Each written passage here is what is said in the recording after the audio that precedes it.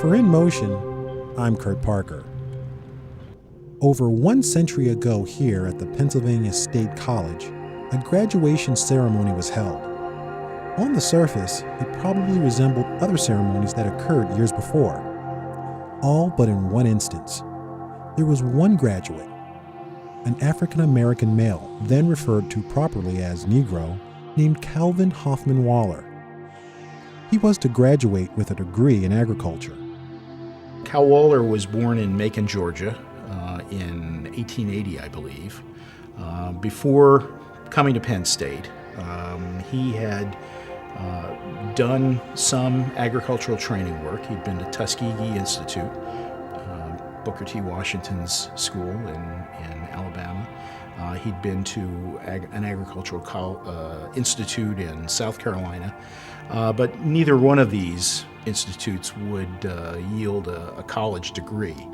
And I think that it's quite likely that while at Tuskegee, he would have been inspired by Booker T. Washington to realize that he had an opportunity, that he had the intelligence and he had the drive that he could make a difference. And a college degree would be the thing that would enable him to do that. And he was interested in agriculture. There's no question about that.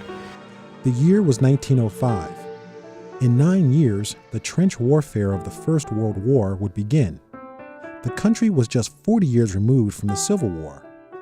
Segregation was the definite law of the land in the South, and while blacks were treated poorly north of the Mason-Dixon line, there were educational opportunities. Many northern educational leaders were interested in advancing the educational opportunities for African Americans. This is not to say that they were perhaps complete integrationists or that they might have the racial sensitivities that we would expect of an educational leader today. I mean, this was 100 years ago.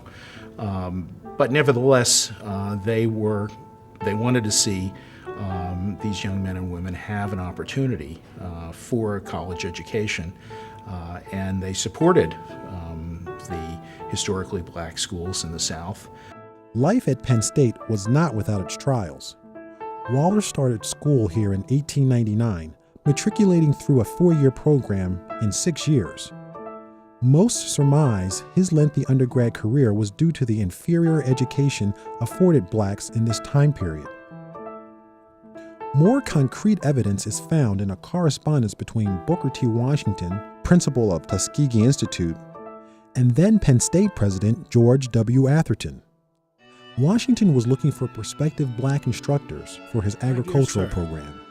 We are anxious to extend and improve our agricultural department, to which we have been devoting much attention during the past few years.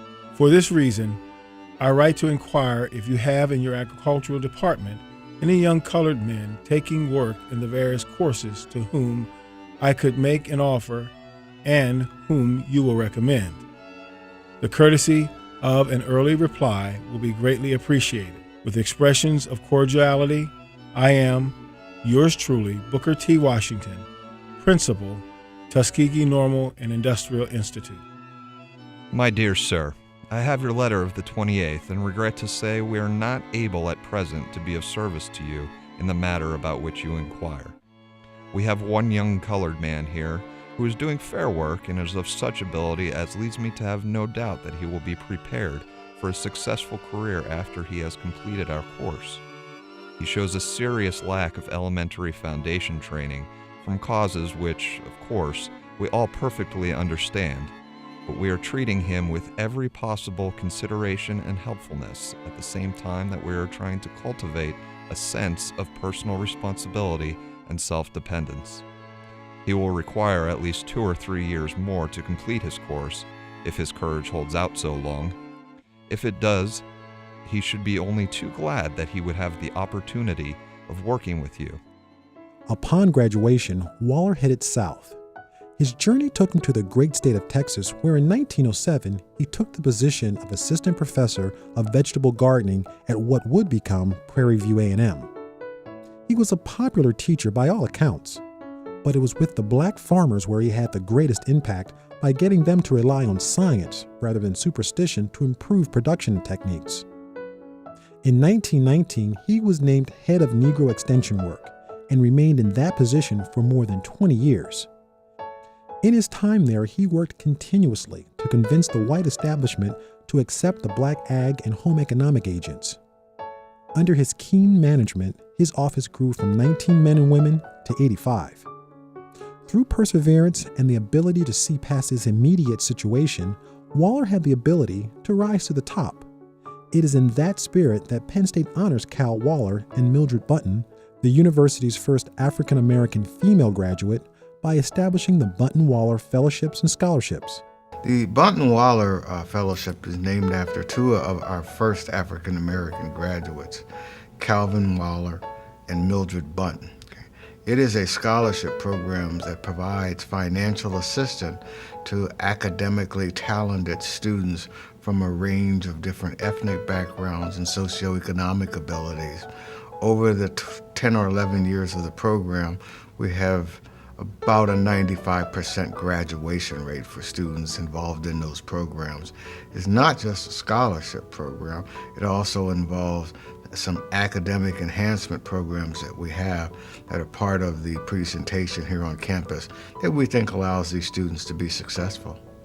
Because of his legacy, underrepresented groups with academic promise can have the chance to contribute to society and to the university. It really talks about his persistence, how he came to a university that was really not even, I think, expecting him to be African American when he first showed up on campus. But it speaks volumes about our ability to be inclusive, because I think he had a good experience in here and was able to be included in a number of different activities on campus from as much as we can tell from our records, and that this is a kind of institution that provides people with an opportunity, I think, to be successful and reaches out to people who are different. Calvin Hoffman Waller, the first African-American male Penn State graduate that will always be remembered. For In Motion, I'm Kurt Parker.